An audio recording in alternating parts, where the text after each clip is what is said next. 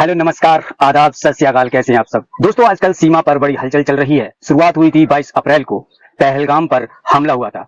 लेकिन सबसे चौंकाने वाली रिपोर्ट अभी तक ये है कि अभी तक ना तो वो आतंकवादी पकड़े गए हैं, ना वो आतंकवादी का कोई ठिकाना मिला है जिन्होंने पहलगाम हमला किया था और देश को युद्ध में झोंक दिया गया। वजह क्या है आप सब जानते भी हैं। कुछ लोग तो कह रहे हैं कि पाकिस्तान ने अटैक किया था, कुछ लोग कह रहे हैं कि हम आतंकवाद को जड़ से खत्म कर देंगे।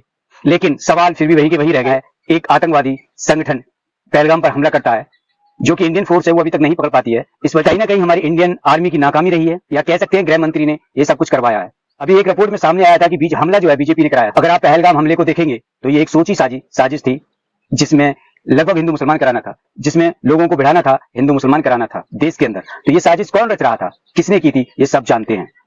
मौजूदा पार्टी इस हालात को करने के लिए जिम्मेवार है। अगर ऐसा नहीं था तो जिन लोगों ने सवाल पूछे सरकार से, उनके साथ मार पिटाई की गई, जिन्होंने सवाल किया सरकार से, या उनके यूट्यूब चैनल डिलीट कर दिए गए, या फिर उन पर एफआईआर दर्ज करा दी गई। तो आप ये बताइए, क्या देश का नागरिक सरकार से सवाल भी नहीं कर सकता कि 26 लोग मारे गए, क्यों मारे गए? तो ये एक सोची साजिश थी। इसलिए सरकार नहीं चाहती कि उनके खिलाफ कोई बोले। वो ये चाहती थी कि लोगों को हिंदू मुसलमान करने का मौका मिले तो हम राजनीति कर पाए ढंग से। लेकिन ये दाव जब उल्टा पड़ गया, लगा कि नहीं, अब तो ये सवाल हमसे किए जा रहे हैं कि वहां से सेना के तीनों कैंप क्यों हटा लिए गए, जबकि वहां पर सेना तैनात रहती थी। जब सेना तैनात रहती थी तो वहां परिंदा भी पर नहीं मार सकता था। तो अमित शाह ने जाके वहां से ऐसा क्या किया कि तीनों ही सेना के प्रमुख चौकियां हटा दी गई। तो सरकार से आपने ये पूछ लिया कि कैसे हो गया भाई, जब वहां पर परिंदा भी पर नहीं मार सकता तो आतंकवादी आए कैसे? और आने के बाद फिर वो सवाल भी करते रहे बैठ के, भाई बताओ तुम्हारा धर्म क्या है, ऐसे कैसे हो गया? बताइए कि सेना जहां मौजूद हो और जहां ये खतरा हो गया हम मर जाएंगे 100%, तो वो लोग या तो बम फोड़ते हैं या खुद को फोड़ लेते हैं। अक्सर यही हुआ है आतंकवादी हमले में, अक्सर यही होता है और यही होता हुआ आ रहा था। लोग आते थे और लोगों पर गोलियां बरसाते और चले जाते थे। कहीं आज तक भी पूछा गया कि धर्म क्या था क्या नहीं था। लेकिन ये पहली दफा ऐसा हुआ है। तो पहली दफा मैं ये जानना चाहता हूँ, सवाल तो बहुत सारे लोगों को भी है, मैं ही नहीं जानना चाहता कि 300 किलोमीटर पहले तो लोग आए कैसे? क्या वहां की हमारी सैटेलाइट या हमारी सुरक्षा एजेंसियां या हमारे कैमरे वैमरे कुछ नहीं थे क्या हम पे? चलो आ भी गए तो इनको मौका कैसे मिल गया भाई कि उनके यहाँ आने तक उनको मौका कैसे मिल गया? और फिर लोगों से ये पूछने का मौका मिल गया, मतलब सेना हाथ पे हाथ धरे हुई बैठी रही। तो ये एक सोची साजिश थी जो करवाई गई थी। उसके बाद खेल हुआ, वो ये चाहते थे वो तो खत्म हो गया, ये जो चाह रहे थे वो खत्म हो गया। लेकिन अब शुरू होता है एक और भयानक खेल। वो खेल था राजनीति का। कहा गया कि पीएम मोदी ने अपना दौरा रद्द किया था 2 दिन पहले। क्यों? ये सवाल आज तक गूंज रहा है। दूसरा, 10 दिन पहले अमित शाह वहां गए थे और ये सब खेल हुआ, क्यों गए थे, क्यों चौकी हटवाई गई?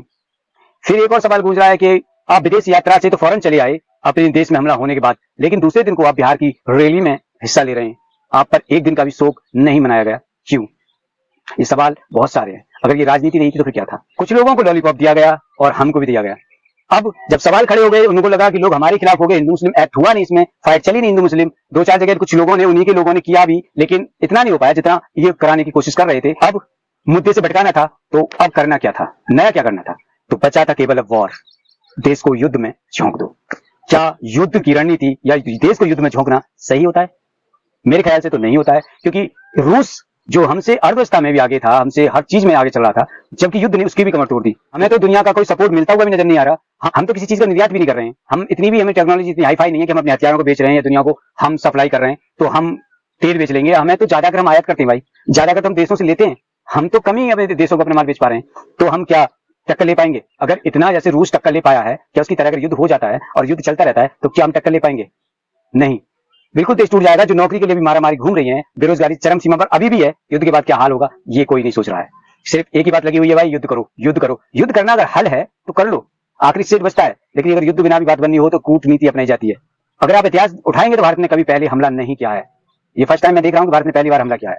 क्या सोचकर हमला किया गया था? युद्ध विराम की घोषणा भी हो चुकी है। ये एक लॉलीपॉप है लोगों को। युद्ध में उतरना भारत के लिए नुकसानदायक ज्यादा लग रहा है बजाय पाकिस्तान के। और इस बात को हम ऐसे समझेंगे, अगर किसी गरीब झोंपड़ी वाले पर अगर हम हाथापाई करें या उससे लड़ बैठे तो नुकसान अमीर ज्यादा का होगा, झोंपड़ी वाले का कुछ नहीं होता। मान लीजिए अगर झोंपड़ी वाले से लड़ बैठे और हम अमीर है और झोंपड़ी वाला गरीब है, एफआईआर भी दर्ज होगी तो उससे क्या ले लेगी पुलिस? वो तो वैसे ऑलरेडी गरीब है, 1-2 हजार रुपया वो होंगे तो ही लेगी। और जिसके पास सब कुछ है, लाखों रुपया कौन देगा भाई? अमीर, उससे हटेगी पुलिस फिर। और केस बनेगा फिर किस पर? अमीर पे। लुट क्या कौन? किसकी वैल्यू गिरी? अमीर की। तो इसी तरीके से पाकिस्तान तो भिखमंगा है ही, वैल्यू किसकी गिरेगी? इंडिया की। जीडीपी किसकी गिरेगी? इंडिया की। मतलब इंडिया की जीडीपी गिरने का मतलब क्या है? ये भुखमरी, भाई गरीबी, और ये बेरोजगारी बढ़ेगी।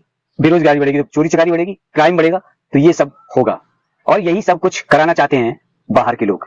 बाहर के लोग जैसे चीन, अमेरिका, अन्य सब। क्यों? भारत को बढ़ता हुआ कोई नहीं देखना चाहता, लेकिन पड़ोसी कभी बढ़ता हुआ नहीं देखना चाहता। भले ही पड़ोसी बर्बाद है, लेकिन दूसरे को बर्बाद करने की हमेशा सोचेगा। तो ये पाकिस्तान को बढ़ाते रहते हैं, चलिए बढ़ जाइए इंडिया से, और इंडिया का ग्रोथ रुक जाता है। अब ये इंडिया को सोचना है कि हमें यार इसके साथ लड़ाई करके फायदा क्या मिलेगा। लड़ाई करके हमें कोई फायदा मिलता हो तो हम लड़े जाके, हमारे हथियार नष्ट हो रहे हैं बेवजह, कोई मतलब निकलेगा हमारा। हम पाकिस्तान पर कब्जा भी नहीं कर सकते। जो लोन के सहारे जी रहा हो उस पर हम क्या कब्जा कर सकते हैं भाई? उसका तो फिर हमें बनना पड़ेगा भाई। तो ना मार के हम ज्यादा सक्सेस हैं, और मार के तो हम बिल्कुल डूब रहे हैं, अपने हथियार नष्ट कर रहे हैं बेवजह, कोई मतलब ही नहीं निकल के आ रहा। तो कूटनीति तो यहाँ अपनाई नहीं गई, बेवजह देश झोंक दिया गया युद्ध में। बेवजह ही बोलूंगा मैं, इसमें ये नहीं कहूंगा वजह थी कुछ, बेवजह ही है। आप कहेंगे कुछ लोग इस पर ये क्या रिएक्शन देने वाले हैं कि भाई आतंकवादी ने हमला कर दिया, आतंकवादियों ने ये कर दिया। ठीक है, आतंकवादियों ने कर दिया, उन आतंकवादियों को मार भी सकते थे ना, वो तो निकल गए आपके चुंगल से आके। आप देश को अब ये देखिए दिखाना चाहेंगे हमने अंदर जाके मार दिए, वो तुम्हारे देश में आके तुम्हें मार के चले गए, वो तो हाथ नहीं आए। कौन लोग थे वो? ये सवाल खड़े हो जाते हैं बार बार। सच सबको पता है, लेकिन कोई बोलना नहीं चाहता कौन लोग थे वो, लेकिन सच सबको मालूम है कौन है इसके पीछे और कौन नहीं है, सब जानते हैं। लेकिन जब देश की जनता समझदार हो चुकी है, सवालों के घेरे में डाल दिए गए, तो ये युद्ध करना भी जरूरी हो गया था, बहुत जरूरी था। वरना जनता ये सोचती कि भाई कुछ नहीं कर पाया। अभी भी आपको ये लग रहा होगा कि युद्ध जो है बिल्कुल विराम हो चुका है। मुझे ऐसा लग नहीं रहा कि युद्ध विराम हो चुका है, क्योंकि जनता अब और ज्यादा सवाल पूछ रही है, और ज्यादा उसे सबके घेरे में ले रही है। अब और ज्यादा सवाल के घेरे में आ गए, तो ये युद्ध फिर शुरू होगा और विनाशकारी होगा। मुझे ये लगता है कि कितना विनाशकारी होगा ये तो मुझे नहीं पता। मारे जाने दोनों तरफ इंसान ही है, चाहे इधर को मरे चाहे उधर को मरे, और ये सिर्फ अपनी झूठी शान के लिए सब कुछ चल रहा है। अब ये युद्ध होगा, अब अपनी बात के लिए युद्ध होगा ये। अब ऐसा नहीं है ये किसी देश के लिए युद्ध किया जाएगा या देश की उसके लिए युद्ध किया जाएगा। देखो कुछ ना कुछ तो बोलना था, कुछ ना कुछ लॉलीपॉप देना था, तो दे दिया और सब कुछ पकड़ा दिया, और दो देशों के बीच में तनावपूर्ण स्थिति पैदा कर दी गई। कुछ लोग इससे बहुत ज्यादा खुश होंगे, समझदार लोग हैं वो युद्ध बिल्कुल नहीं चाह रहे होंगे, समझदार लोग युद्ध नहीं चाह रहे होंगे, बेवकूफ तो युद्ध चाहेंगे। बेवकूफ को क्या फर्क पड़ रहा भाई, वो तो भिखमंगा है, कल भी थे आज भी और आगे भी रहेंगे, भिखमंगा है। लेकिन भैया जो पढ़े लिखे समाज है वो चाह रहा है कि यार नौकरी मिले, पैसा कमाए, जिंदगी गुजारे, वो युद्ध नहीं चाह रहा, वो युद्ध नहीं चाह रहा। और जो तैयारी कर रहा है अगर वो ये चाह रहा है कि युद्ध करने से मुझे नौकरी मिल जाएगी, तो भाई हट जा। जो युद्ध की कल्पना कर रहे हैं वो नौकरी और रोजगार की कल्पना छोड़ दें, फिर सरकार से बेरोजगारी के सवाल करना बंद कर दें, महंगाई पे बात करना बंद कर दें। अब कुछ बेवकूफ ये कह देंगे भैया हम तो, हमें इस बात से मतलब नहीं है, हम तो पाकिस्तान की कमर तोड़ रहे हैं। घंटा कमर तोड़ रहे हो तो उसकी वो ऑलरेडी टूटे टूटा आया, उसका क्या तोड़ रहे हो यार? आप तो वही बात कर रहे हो कि मरी मराए को फिर मार रहा हूं मैं, तो यार क्या मार सकते हो आप उसे? एक मुद्दे के बाद चाहो आप उसमें गोली मार दो, क्या मैंने मुर्दा मार दिया क्या? नहीं ना, फिर तुम कैसे कह सकते हो कि हम पाकिस्तान की कमर तोड़ रहे हैं? उसी तो ऑलरेडी टूटी टूटाई है। आप तो तमाशा देखते हैं, कूटनीति अपनाते और बलूचिस्तान को आजाद करा देते। हथियार सप्लाई करना था हमें, तो केवल बलूचिस्तान को सपोर्ट करना था घर बैठे, पाकिस्तान अपना टूट जाता। युद्ध में हमें नहीं कूदना था, हमें युद्ध में नहीं कूदना था। हम युद्ध में कूदे, हमने अपनी साख गिराई, विदेश नीति पे हमारे सवाल उठाए गए, सब कुछ तो हम पे सवाल उठे, सबसे ज्यादा हमारे ऊपर सवाल किए गए, सबसे ज्यादा हमसे पूछा जा रहा है, सबसे नीति हमारी गिरी, सबसे बेइज्जती हम हुए। फिर युद्ध से हमें क्या फायदा हुआ? उसके बावजूद कह रहे हैं पाकिस्तान की कमर तोड़ेंगे। तो पाकिस्तान की कमर टूटी टूटाई है, क्या तोड़ोगे तुम उसे? इस लड़ाई के दौरान एक और चीज अगर आपने देखी होगी कि IMF ने किस्त तोड़ दी पाकिस्तान को, भाई तुम लड़ते और ना ही पाकिस्तान को ये किस्त मिलती। तो मैं वही कहना चाह रहा हूँ कि पाकिस्तान को पीटना या उस पर बम गिराना या उससे लड़ाई करना ऐसे एक मरी मराई को मारने के बराबर है। हमें तो कूटनीति अपनाती थी जैसे अमेरिका अपनाता है, दूसरे देशों को बढ़ा देता है और खुद मजे लेता है ना। कभी हमारे साथ सपोर्ट हमको दिखाता है कि हम भारत के साथ हैं, हाँ भाई आतंकवाद को खत्म करो, पाकिस्तान को सपोर्ट करता है, हमेशा पाकिस्तान को सपोर्ट करता है। इस लड़ाई से ना भारत को फायदा होने वाला है और ना ही पाकिस्तान को। ये दोनों लोग तो मरेंगे आपस में, हमारी जीडीपी गिरेगी, वो तो मरा मरा है ऑलरेडी, उससे कोई दिक्कत नहीं है, उसकी जीडीपी गिरे और ना गिरे क्या फर्क पड़ता है, लेकिन हमारी गिरेगी। हमारी जो हम अपने आप को जीडीपी में शुमार करने की कोशिश कर रहे थे हम कि दुनिया के हम 30 नंबर पर पहुंच जाएंगे, 3 नंबर पहुंच जाएंगे, वो हमें लग रहा है कि हम धीरे धीरे करके नीचे आ जाएंगे। युद्ध से देखो, युद्ध से हमेशा जीडीपी गिरी है, किसी भी देश की हो, किसी भी देश की हो, और नहीं गिरती तो उन लोगों की जिनकी जीडीपी ऑलरेडी पहले से खराब है, उनका क्या करना है यार, वो तो उतनी चलती है। इसी युद्ध से ना हमें फायदा होने वाला है और ना ही पाकिस्तान को तो बिल्कुल नहीं होने वाला और हमें भी कुछ नहीं होने वाला। चलो ठीक है, पीओ युद्ध हुआ, पाकिस्तान हारा तो पीओके पे हमारा कब्जा हो सकता है, मे भी पॉसिबिलिटी है, लेकिन कहीं ना कहीं इससे पहले भी हम कब्जा कर चुके थे, हमारी सेना लाहौर तक जा चुकी थी, हम कब्जा पहले भी कर चुके थे, पीओके हम पे पहले भी नहीं लेने दिया हमें यूएन ने या फिर और लोगों ने, तो क्या भरोसा इस बार भी हमें पीओके लेने देने की बात है। पीओके नहीं लेने दिया, इसमें सपोर्ट किया था रूस ने भी और उसने भी, अमेरिका ने भी और बड़े बड़े देशों ने सपोर्ट किया था पाकिस्तान को, पीओके नहीं लेने दिया, तो क्या भरोसा इस बार हम पीओके ले पाएंगे?